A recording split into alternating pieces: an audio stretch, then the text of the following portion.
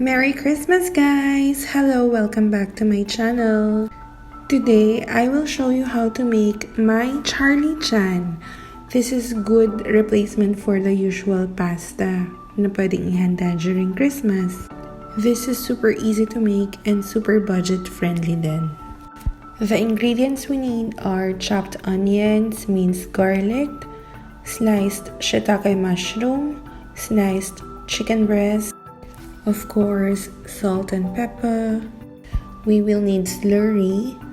Ano nga ba ang slurry? Slurry is a mixture of cornstarch and water. Of course, we will need al dente pasta. I use Barilla No. 5 for pasta. For the sauce, we will need Chinese cooking wine, Char sauce, Hoisin sauce, sesame oil, and dark soy sauce. You will also need salted nuts and spring onions. So now, heat your pan and put on your extra virgin olive oil. And make sure that the surface of the pan is covered with oil. Uy, kanino kayang tender juicy hotdog yung nasa gilid? Now, sweat your onions and then add the garlic. Saute for a few minutes until medyo luto na yung garlic. Now, it's time for us to add the chicken breast. You know, I know a lot of people who doesn't like chicken breast. So, kung ayaw niyo ng chicken breast, go for the chicken thigh, pero bone out. But I will insist to use chicken breast because it's a healthier option. But in life, we all do have a lot of options. Ang corny ko, sorry. So, i-continue nyo lang yung pag-isa. During the process na hindi pa masyado luto yung chicken, I usually add pepper and little salt.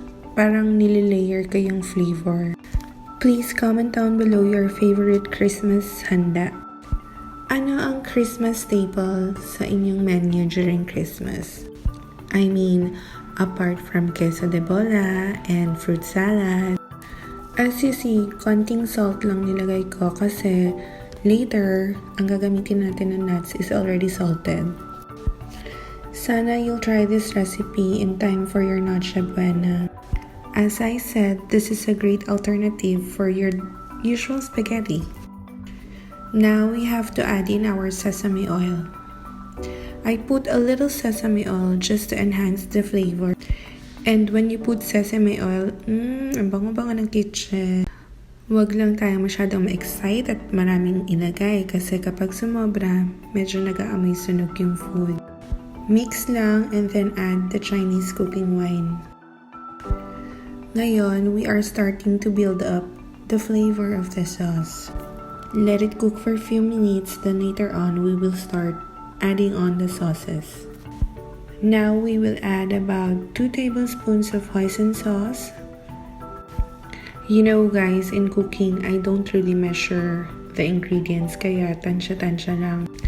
But in baking, you have to be very precise. I will be doing some baking tutorials in the coming videos. Wag muna ngayon, medyo busy pa si ate. So like what I've said, sa cooking, since madali lang mag-adjust, always start small. Kasi kapag sobrahan na kagad ang alat, mahirap na siyang i-adjust. Now let's add a couple of tablespoons of Char soy sauce. What is Char soy sauce? Ba, nakakabulol ha? Well, it gives a barbecue flavor doon sa food and medyo smoky feeling, ganun. Masarap siya.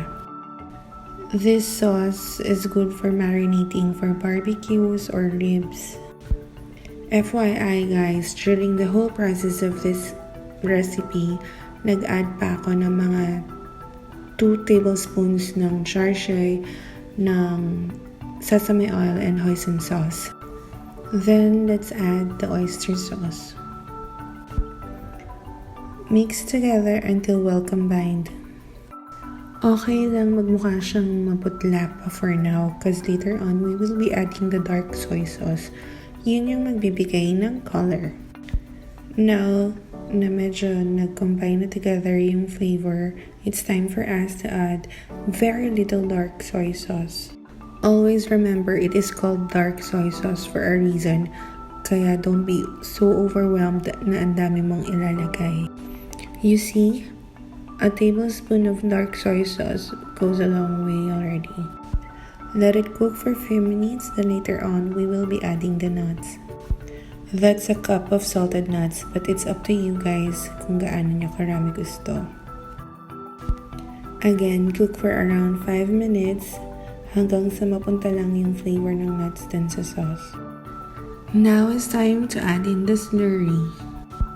Again, wag OA sa paglagay ng slurry. Baka naman sobrang lapot na ng sauce nyo, mukha na siyang paste. Now, once you add the slurry, mix it together para hindi lumpy. I decided to add some chili flakes because I want some kick on my pasta.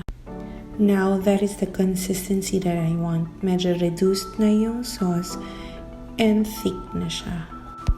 Now, add in your spring onions. You guys might be wondering, where is the shiitake mushroom? Well, we will be adding that later on. I added the shiitake mushrooms at the end because mushrooms has water. It releases water. And kapag nagigisa ka, you don't want water in that, diba? So, yung water na marirelease ngayon ng mushroom, yan yung parang added water dun sa sauce, pang-alis ng onting alat. Cook this for about 5 to 10 minutes, then you're good to go. By this time, kailangan yung pasta mo ready na. I will teach you how to make a perfect al dente pasta on the next video. Kaloka, maka-perfect si ate. Akala mo Italian chef talaga. Chef ka te. Now, we will be plating the Charlie Chan. You see all those goodness? Oh my god. Editing this video makes me crave for Charlie Chan. To be honest, mahirap talaga mag-edit ng food videos kasi alam mo yun, bumabalik yung moment na gusto mong kumain ng recipe na niluto mo. Oh my god. I guarantee you guys, once you try this recipe, you will never go back to the famous Charlie Chan of Yellow Cab. Charot! No, seriously. This is so close to Yellow Cab, if not better. Trust me. So please try this recipe. Ang dali lang, diba? So there, you now have a very delicious Charlie Chan. I hope you like this video, and if you do, please don't forget to give a thumbs up and share this video to your friends and family, lalo na ngayong Noche Buena. Also, please hit the notification bell so you'll get notified whenever I upload new recipe. So always remember, just cook it. Until my next video, ta-ta!